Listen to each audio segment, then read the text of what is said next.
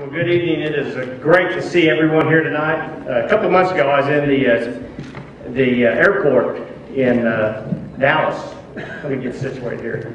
I was in the airport in Dallas, and a couple of gentlemen were standing behind me having a conversation. One of them was obviously his big old Texan, big tall guy, cowboy hat, you know, the belt buckle and the boots, and I could tell he was a Texan. And he was talking to this other gentleman, and he said, "Well, what?" He said, "Where are you from?" This Texan asked this guy, "Where are you from?" And the man said, "Well, I'm from Wyoming." He said, "Wyoming? What part of Texas is that in?"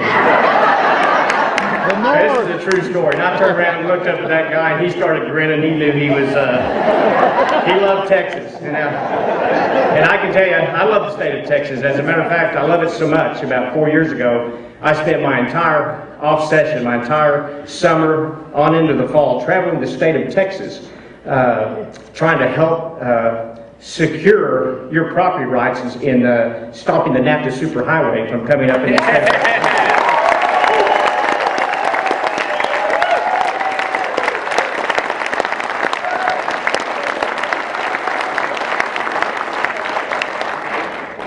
Moving here?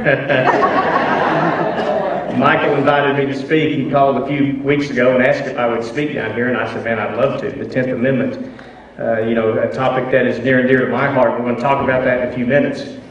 But he called me back, and he asked a rather strange question after I had already committed to coming. He said, "Hey, Randy, I needed to know something. Do you believe in the First Amendment?"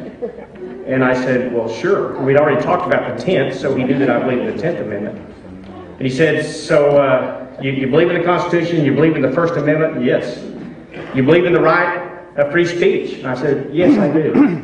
He said, "Well, good, I want you to give us one."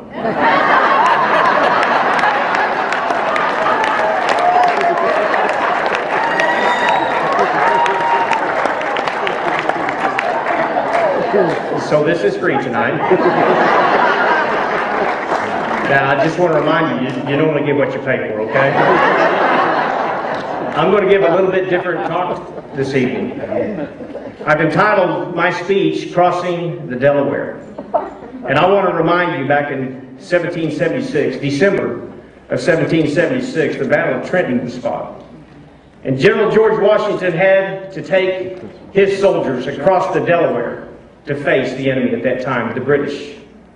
General Washington was not only having to fight the British at this moment, but he was also having to fight Congress in order to get supplies and ammunition and even food and shoes for his troops. He had recently lost 5 previous battles. His troops were demoralized. They were literally starving on the battlefield. But on December 23rd, 2 days before Christmas, 1776, after already losing 5 previous battles and several thousand men in those battles, what was left of General Washington's ragged army stood in formation on a bitter, bitter cold winter night.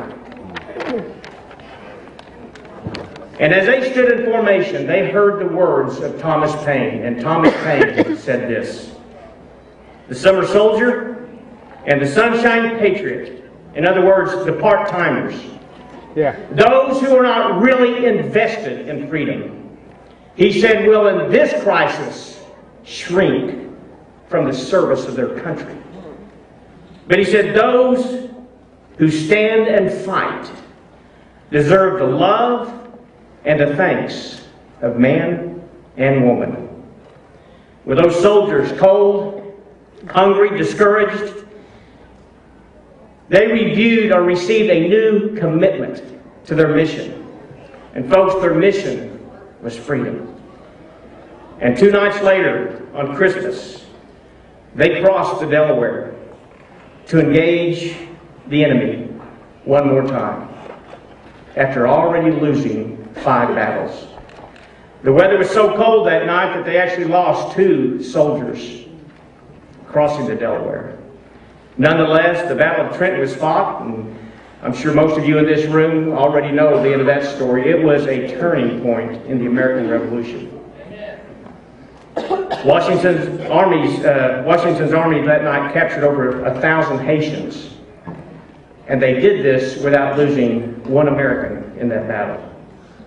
But you know what, folks? That night, before they crossed the Delaware, that defeated army, they had every reason to shrink back. They had every reason to give up, to shrink back from the service of their country. But evidently, Thomas Paine's words inspired those men to fight just one more time.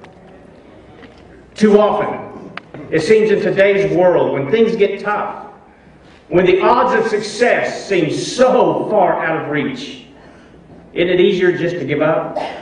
Sit back, stay in the recliner, stay home, hope that someone else gets involved. It's easy to shrink back from the service of our country. But folks, my challenge to you tonight is to renew your commitment this day. Renew your commitment to the mission that we are all on. And that mission is one of restoration. That mission is to restore our freedom.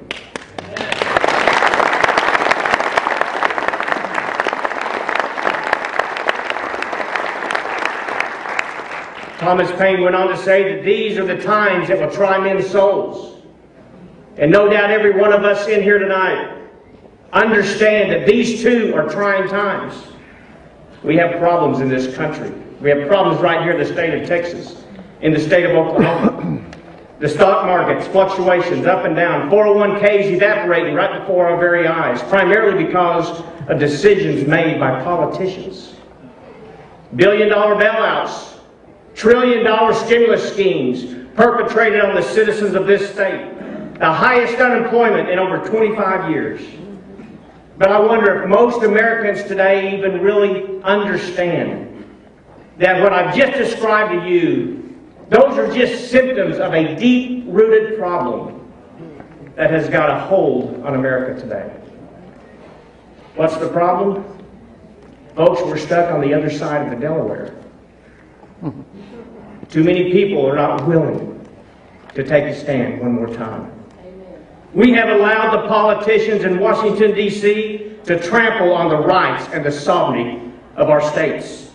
And I ask you tonight, are you willing to cross the Delaware to save our country?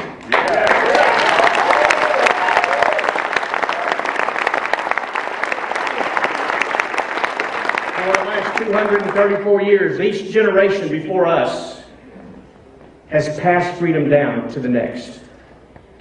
But this generation that you and I are living in today, we have settled for corrupt politicians. We have settled for reckless behavior. And even worse, we have settled for ignorance from those who are serving us today. Well, folks, America's hope is not in Barack Obama. Our hope lies in we the people. That's where the hope is today. America's future lies within the 50 sovereign states, not within the foolishness of Washington politicians.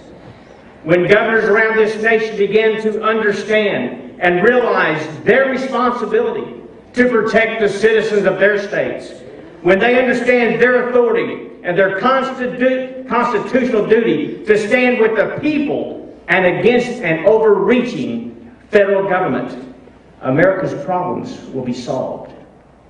And it's going to take every one of us to remind them, to cross the Delaware and to proclaim the truth and to reclaim what is rightfully ours, and that's freedom.